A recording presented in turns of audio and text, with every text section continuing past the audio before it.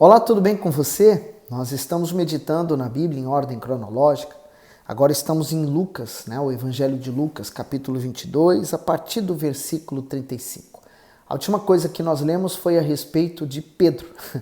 Jesus falou que Satanás queria peneirá-lo, e Jesus rogou por ele para que houvesse um livramento. E quando ele se convertesse, então que ele ajudasse os demais discípulos. Bom, vamos dar continuidade a essa meditação. Se você tem gostado de todo esse conteúdo, dá o seu gosto, partilhe o vídeo e vamos continuar firmes nessa meditação. Nós vamos meditar em toda a Bíblia em ordem cronológica. Se você está começando por esse vídeo, por exemplo, vai lá atrás. Nós começamos desde Gênesis e agora que estamos chegando aqui em Lucas. Bom, vamos pedir a direção? Meu Deus, é a tua direção que eu quero.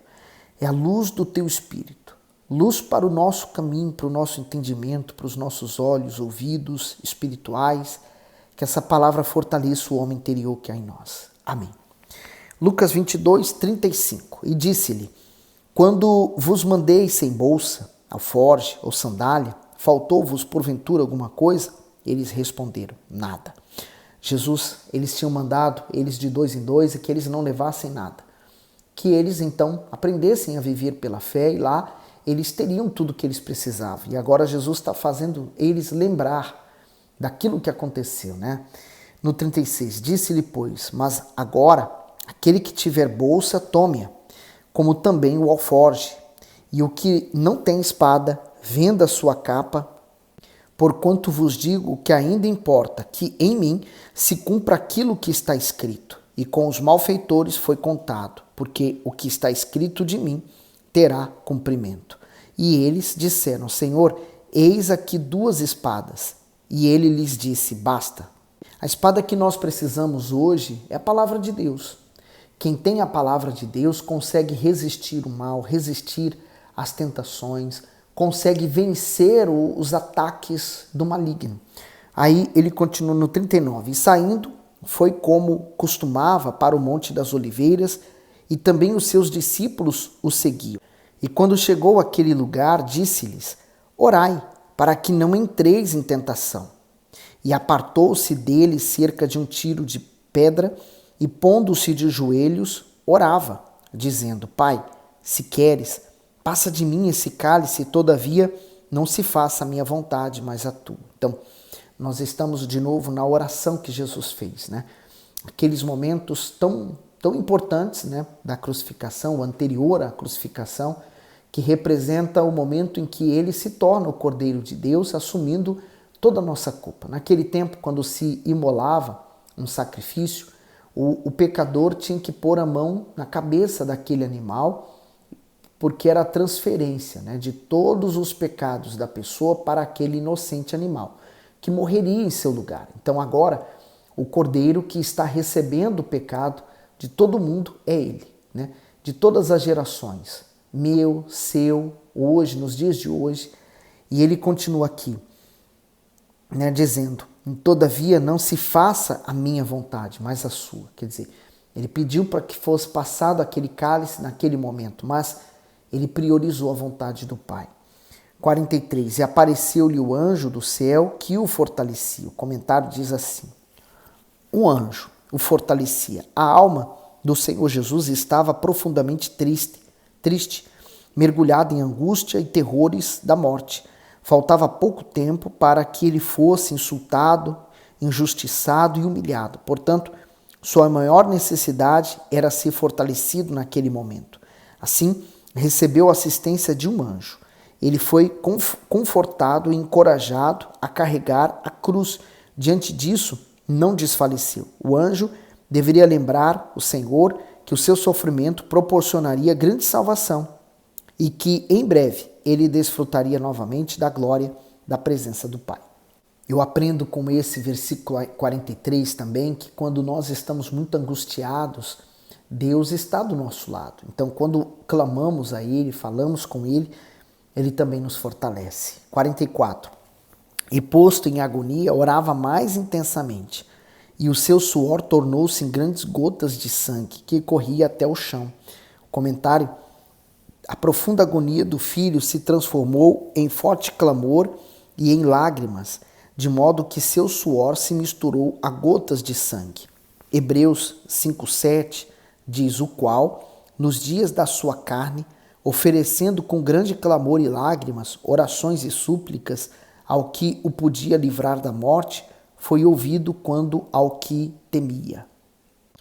Continuando, esse fenômeno, considerado raro pela medicina, ocorre somente em condições de extrema aflição. Pequenos vasos das glândulas sudoríparas se rompem e extravasam pelos poros dilatados devido à grande pressão emocional, fazendo com que o sangue se misture ao suor. Veja que, se o primeiro Adão, quando pecou, recebeu a punição de ter de derramar o suor do seu rosto para sobreviver neste mundo, o último Adão, Senhor Jesus, precisaria derramar não apenas seu suor, mas também seu precioso sangue para libertar as pessoas arrependidas de seus pecados. Romanos 5, 12 ao 21. Portanto, como por um homem entrou o pecado no mundo, e pelo pecado a morte, assim também a morte passou a todos os homens. Por isso que todos pecaram. Porque até a lei estava o pecado no mundo, mas o pecado não é imputado, não havendo lei. No entanto, a morte reinou desde Adão até Moisés, até sobre aqueles que não tinham pecado, à semelhança da transgressão de Adão, o qual é a figura daquele que havia de vir. Mas não é assim o dom gratuito como a ofensa? Porque se pela ofensa de um morreram muitos, muito mais a graça de Deus e o dom pela graça, que é de um só homem, Jesus Cristo, abundou sobre muitos. E não foi assim o dom como a ofensa, por um só que pecou? Porque o juízo veio de uma só ofensa, na verdade, para condenação, mas o dom gratuito veio de muitas ofensas, para justificação. Porque se pela ofensa de um só a morte reinou, por esse, muito mais os que recebem a abundância da graça e do dom da justiça reinarão em vida por um só, Jesus Cristo. Por assim, como por uma só ofensa veio o juízo sobre todos os homens, para condenação, assim também, por um só ato de justiça, veio a graça sobre todos os homens para a justificação da vida. Então, bem fácil de compreender, né? Se por Adão entrou o pecado, o Senhor Jesus trouxe a graça, nos livrou desse pecado. E disse-lhe: por que estáis dormindo? Levantai-vos e orai para que não entreis em tentação. Comentário diz: levantai-vos e orai. Os discípulos estavam exaustos devido à grande tensão física e emocional daquele dia. Porém, isso não era justificativa para se entregarem ao descanso em um momento arriscado. A pessoa que tem consciência dos perigos que rondam sua vida espiritual procura sempre se manter vigilante. Fracassar nisso significa se tornar vulnerável às tentações. E aqui mostra que nós não podemos confiar no homem, mas só em Deus. Quer dizer, eles não puderam ajudar Jesus naquele momento, eles dormiram. Por quê? Qual a razão? Tem duas explicações claras. Pela medicina, pela ciência, é dito que eles sofreram essa grande tensão. E nesse momento a pessoa sente um sono tão forte e incontrolável. Por isso eles dormiram. Mas eu também vejo esse sono como sono espiritual, não físico, do corpo, mas o espiritual. E ele que faz muitas pessoas caírem. Por isso que Jesus falou para nós vigiarmos e orarmos. Duas situações importantes para mantermos em pé até o final. 47. Estando ele ainda a falar, surgiu uma multidão, e um dos 12, que se chamava Judas, ia diante dela, e chegou-se a Jesus para o beijar. E Jesus lhe disse: Judas, com um beijo traís o filho do homem? E vendo os que estavam com ele o que ia suceder, disseram-lhe: Senhor, feriremos a espada? E um deles feriu o servo do sumo sacerdote, cortou-lhe a orelha direita. Quer dizer, ali se instalou uma confusão. Os próprios discípulos não conseguiam entender por que Jesus estava se entregando àquela tristeza, àquela angústia, e agora se entregando àqueles que vieram buscar.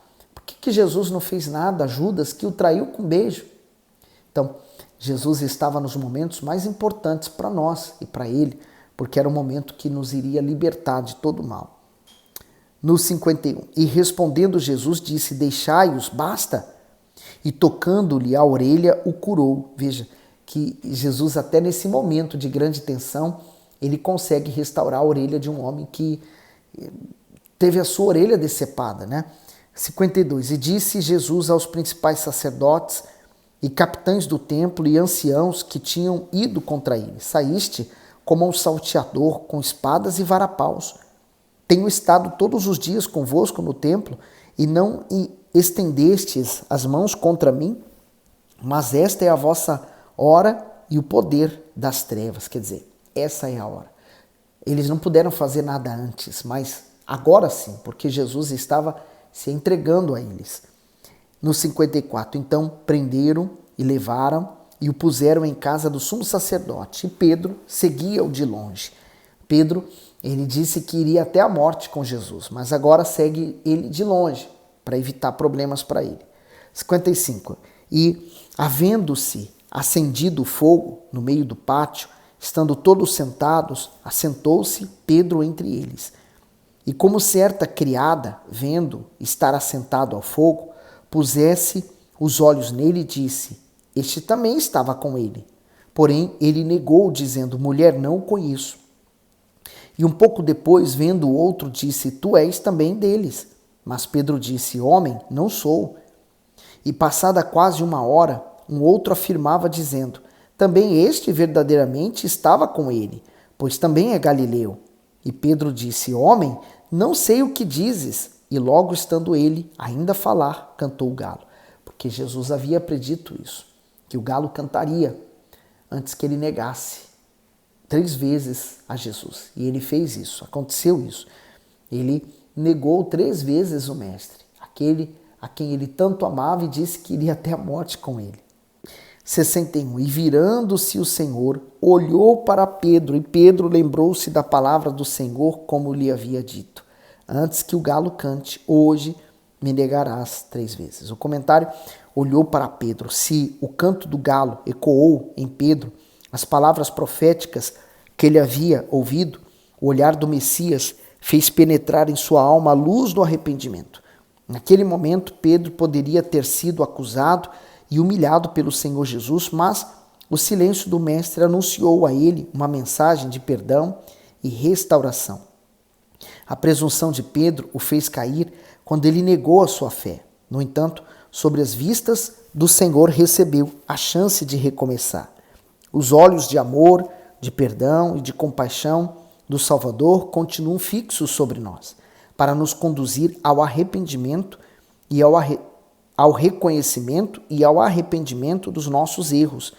Quem não volta as costas a esse olhar, mas retribui com sinceridade e devoção, é perdoado e honrado por ele.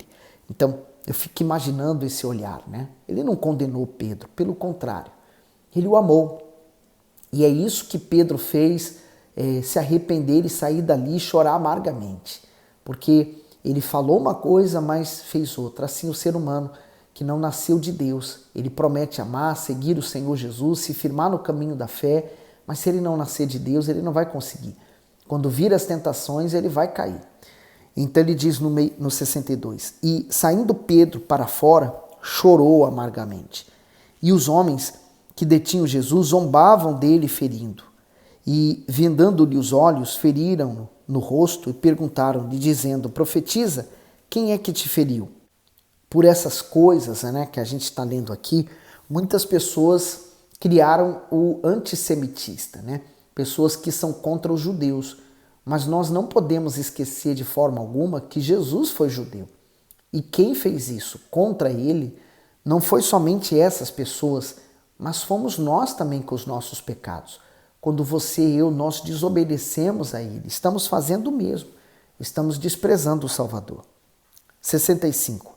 E outras muitas coisas diziam contra ele, blasfemando.